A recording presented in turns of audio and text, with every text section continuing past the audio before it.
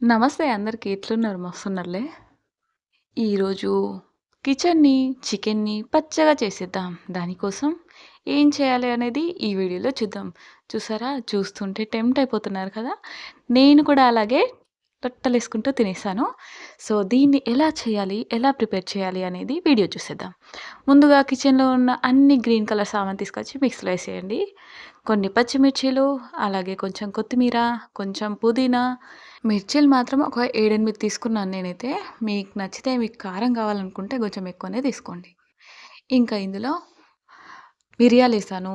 మళ్ళీ 4, 5 లవంగాలు, అలాగే కొంచెం దాల్చిన చెక్క వేసి వీటినైతే బాగా మిక్స్ చేసుకున్నాను. ఇందులో అల్లం, వెల్లుల్లి వేయలేదు. ఎందుకంటే నా దగ్గర ఆల్రెడీ పేస్ట్ ఉంది కాబట్టి నేను సెపరేటే వేస్తున్నాను. 4, 5 అలా క్యాష్యూ వేసాను. ఒకటి నోట్లో కూడా వేసుకున్నాను. ఈ విధంగా అయితే మిక్సీ పట్టేసుకోండి. చూడండి కొంచెం ఈ విధంగా వచ్చింది. మళ్ళీ ఇందులో కొంచెం వాటర్ పోసుకొని మళ్ళీ మిక్స్ చేసుకొని పక్కకు పెట్టేసుకోండి. దీనికోసం ముందుగా కడాయి పెట్టేసుకొని 3 టేబుల్ స్పూన్ ఆయిల్ వేసాను. చికెన్ కాబట్టి ఆయిల్ ఎక్కువగానే పడుతుంది. తక్కువ తినాలి అనుకునే వాళ్ళు కొంచెం తక్కువ వేసుకున్నా సరిపోతుంది.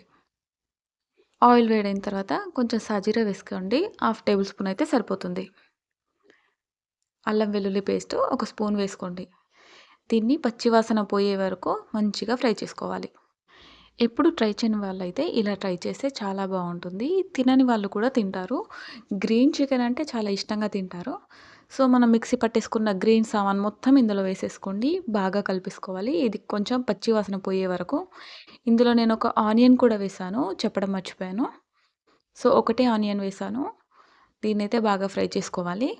ఇప్పుడైతే కొంచెం పసుపు బాగా కలిపేసుకొని, మనం ముందుగా చికెన్ కడిగి పెట్టేసుకున్నాం కదా! అదైతే ఇందులో వేసేసుకోవాలి.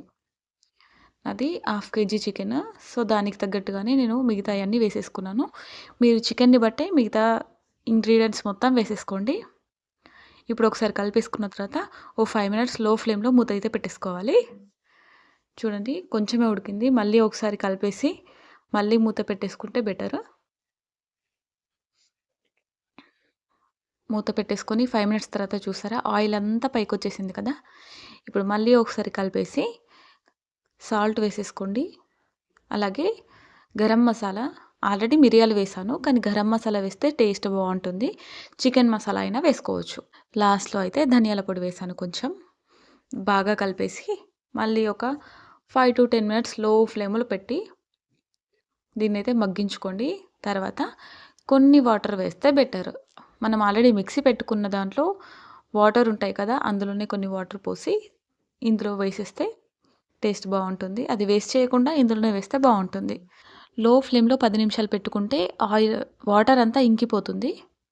వాటర్ ఇంకిపోయిన తర్వాత కర్రీ అనేది బావుంటుంది. ఆయిల్ అంతా పైకి తేలుతుంది. తర్వాత కొత్తిమీరతోని గార్నిష్ చేసుకుంటే అంతే. కర్రీ అయితే చాలా బావుంటుంది. ట్రై చేయని వాళ్ళు ట్రై చేయండి. అండ్ కొత్తగా చూస్తున్న వాళ్ళైతే సబ్స్క్రైబ్ చేయడం మర్చిపోకండి. వీడియో నచ్చితే ఒక లైక్ కొట్టండి. Thank you.